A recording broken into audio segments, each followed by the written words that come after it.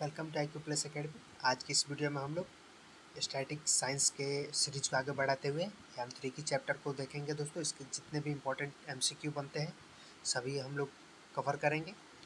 तो आज का अपना पहला क्वेश्चन है, किसी वस्तु की डैश सरल रेखीय गति के दौरान किसी भी समय अंतराल में वस्तु के वेग में परिवर्तन शून्य होता है। तो इसका हो जाएगा एक समान होता है दोस्तों, तभी किसी वस्तु की एक समान सरल रेखीय गति के दौरान किसी भी समय अंतराल में वस्तु के वेग में परिवर्तन शून्य होता है दोस्तों। नेक्स्ट, किसी प्रोटॉन का निम्नलिखित में से कौन सा गुण किसी चुंबकीय क्षेत्र में मुक्त गति करते समय परिवर्तित नहीं होता है। तो ये गति हो जाएगा दोस्तों। चुंबकीय बल के परिणाम स्वरूप प्रोटॉन का पथ वृत्ताकार हो जाता है और इसलिए इस वेग और संवेग परिवर्तित हो जाता है दोस्तों इसका। और यह अपनी वेग की दिशा को बदल सकता है, लेकिन अपनी गति और द्रव्यमान को नहीं बदल सकता है। नेक्स्ट, विज्ञान में किसी वस्तु पर लगाने वाले धक्के या खिंचाव को क्या कहते हैं। तो उसको बल कहते हैं दोस्तों, क्योंकि बल एक प्रकार का धक्का या खिंचाव ही होता है जिसमें किसी वस्तु की अवस्था में परिवर्तन होता है।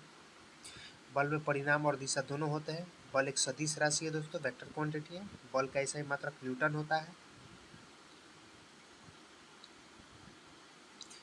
4 किलोग्राम द्रव्यमान वाली किसी वस्तु पर बल लगाने में उसके वेग 5 सेकेंड में 15 मीटर पर सेकेंड से 25 मीटर पर सेकेंड हो जाता है। लगाए गए बल की गणना न्यूटन में करनी है। तो देखिए दोस्तों, आपको पता है Newton second law, F = ma mass into acceleration होता है। तो यहाँ पे द्रव्यमान दिया हुआ है 4 kg है, समय 5 सेकेंड का है और प्रारंभिक वेग इसका कितना है दोस्तों, देख सकते हैं आप यहाँ पे। इसका जो प्रारंभिक वेग है वो है 15 मीटर पर सेकेंड। फिर आपका अंतिम वेग जो है वो 25 मीटर पर सेकेंड है। और फिर आपका ये जो फार्मूला बनता है, बल = द्रव्यमान और त्वरण का गुणनफल। तो इसमें आपका हो जाएगा बल अंतिम वेग बराबर प्रारंभिक वेग प्लस त्वरण इंटू समय, है ना। v बराबर u + at होता है फार्मूला इसका, आप यहाँ पे देख सकते हैं। और इस पे करके आप यहाँ से एक्सेलरेशन निकाल सकते हैं और फिर एक्सेलरेशन को इसमें पुट करके यहाँ पे फाइनल जो बल है, फोर्स है, वो आप निकाल सकते हैं। तो 80 न्यूटन है राइट आंसर, देख सकते हैं। चलिए, 20 किलोग्राम द्रव्यमान वाली वस्तु की गतिज ऊर्जा ज्ञात करनी है। गतिज ऊर्जा ½ mv² होता है दोस्तों, यहाँ देख सकते हैं। तो जो रखा हुआ है उसको पुट आउट करेंगे, आ जाएगा 160 जूल। नेक्स्ट, यदि वस्तु का त्वरण समान रूप से परिवर्तित हो रहा है तो इसका अंतिम वेग डैश के बराबर होता है। किसके बराबर होता है दोस्तों, तो 2 इंटू औसत वेग माइनस प्रारंभिक वेग, है ना। राइट आंसर ऑप्शन 2 हो जाएगा। यहाँ पे आप इसका सॉल्यूशन देख सकते हैं। चलिए, 18 किलोग्राम द्रव्यमान की कोई वस्तु 6 मीटर पर सेकेंड से के वेग से गति कर रही है तो इसका संवेग किलोमीटर पर सेकेंड में ज्ञात करनी है। तो यहाँ पे आप देख सकते हैं P = mv, है ना। तो आप इससे भी फाइंड आउट कर सकते हैं निकाल के, 180 किलोमीटर पर सेकेंड। चलिए, किसी वस्तु के रेखीय संवेग में परिवर्तन के दर उस पर लगने वाले डैश के समानुपाती होता है। तो उस पर लगने वाले बल के समानुपाती होता है। राइट आंसर ऑप्शन 3 हो जाएगा। यहाँ पे आप देख सकते हैं इसका डेरिवेटिव भी लिखा हुआ है ना। चलिए, साधारण मशीन क्या होता है दोस्तों, ये अनुप्रयुक्त बल की दिशा को बदल नहीं सकती है। बाकी सारे यहाँ देख सकते हैं आप। तो इसका जो राइट आंसर हो जाएगा ऑप्शन 4 हो जाएगा। आप यहाँ पे डेरिवेटिव पढ़ सकते हैं पूरा डिस्क्रिप्शन। जब किसी साधारण मशीन पर बल लगाया जाता है तो यांत्रिकी कार्य करता है ना। नियत दूरी वस्तु का विस्थापन होता है साथ ही, और साधारण मशीन को चलाने के लिए केवल एक ही बल का प्रयोग करना होता है। ऐसे पदार्थ जो घर्षण कम करते हैं क्या कहलाते हैं दोस्तों, तो वो स्नेहक कहलाते हैं, लुब्रिकेंट, है ना। ऐसा पदार्थ होता है जो सतहों के बीच लगने वाले घर्षण को कम करता है। लुब्रिकेंट में 90% बेस ऑयल, जिसको सामान्यतः खनिज तेल कहलाने वाले पेट्रोलियम अंश होते हैं, और 10% से कम योजक होते हैं उसमें। लुब्रिकेंट जो कि आपका गाड़ी में भरा जाता है, देखते हो ना, ऑयल लुब्रिकेंट वाला। तरल द्वारा लगाए गए घर्षण बल को क्या कहते हैं? तो उसको कर्षण कहते हैं दोस्तों। तरल के सतह पर लगने वाले घर्षण बल को कर्षण बल कहते हैं, फ्रैक्शन फोर्स कहते हैं। कर्षण बल तरल और ठोस सतह के बीच भी लगते हैं। कर्षण बल का मान वेग पर निर्भर करता है। चलिए, निम्नलिखित में से कौन सी मात्रा जड़त्व की माप है? तो ये हो जाएगा द्रव्यमान, है ना। जड़त्व को इनर्शिया बोला जाता है ना। चलिए, वस्तु का वेग किन कारकों पर निर्भर करता है दोस्तों? तो वस्तु के द्रव्यमान, वस्तु की गति, फिर नेक्स्ट यहाँ पे वस्तु का आयतन। तो वस्तु का संवेग जो है दोस्तों वो द्रव्यमान और गति दोनों पे निर्भर करता है। तो ऑप्शन 2 इसका हो जाएगा सही आंसर। किसी वस्तु की एक समान सरल रेखीय गति के दौरान समय के साथ डैश नियत रहता है। तो समय के साथ वेग नियत रहता है, बाकी सारी चीज़ें चेंज होती है। आप देख सकते हैं, आप रिलेशनशिप यहाँ पे दिया हुआ है, चाल बराबर दूरी बटा समय, है ना, डिस्टेंस अपॉन टाइम, स्पीड बराबर, यहाँ देख सकते हैं। चलिए, अगला प्रश्न है, किसी असंतुलित बल द्वारा किसी पिंड में उत्पन्न त्वरण क्या कहलाता है दोस्तों?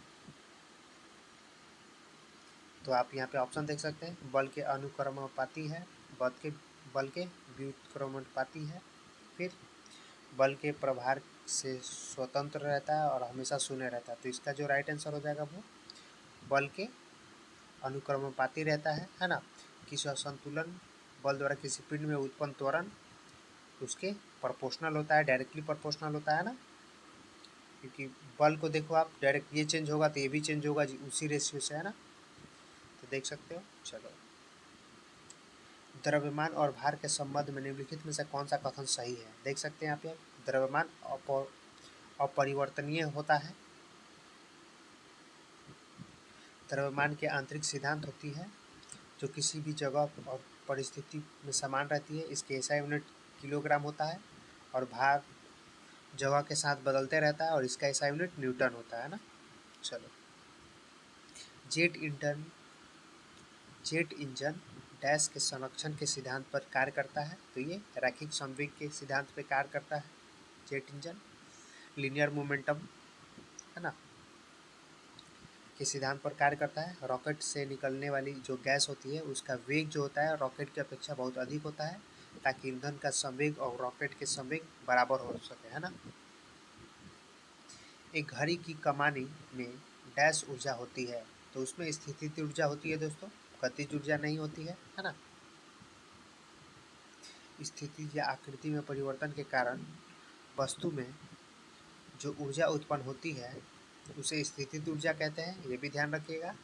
और फिर चाबी की अपनी स्थिति के कारण चाबी वाली घड़ी में स्थितिज ऊर्जा यानी कि इलेक्ट्रिक पोटेंशियल एनर्जी होता है। चलिए, यदि किसी वस्तु पर लगाए गए बल की दिशा वस्तु की गति के विपरीत दिशा होती है तो वस्तु की गति क्या कहलाती है? वो कम हो जाती है दोस्तों। वस्तु की जो गति होती है वो कम हो जाती है। आप यहाँ पे डिस्कशन पढ़ सकते हैं, है ना। यदि कोई वस्तु गतिमान और त्वरित बल गति के विपरीत दिशा में हो तो वस्तु की गति कम हो जाएगी। चलिए, तो प्रैक्टिकल बात है ना, ये तो हम फील कर सकते हैं, महसूस कर सकते हैं ना एक्चुअली में। चलिए, यदि किसी वस्तु पर लगाया गया बल वस्तु की गति की दिशा में हो तो वस्तु की गति क्या होगी? बढ़ जाती है, और इसके विपरीत होगी तो घट जाएगी, है ना। चलो, कब्जेदार दरवाजा किसका उदाहरण है? तो ये आपका द्वितीय क्रम लीवर का उदाहरण है दोस्तों, क्रम लीवर का उदाहरण है द्वितीय क्रम लीवर।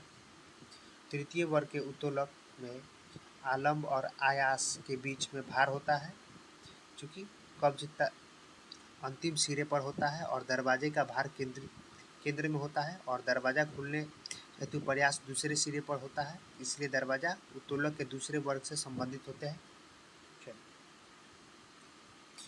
नियत चाल से गति करने वाली वस्तु का दूरी समय ग्राफ एक डैश होता है। तो ये एक सरल रेखा होता है दोस्तों, यहाँ पे आप देख सकते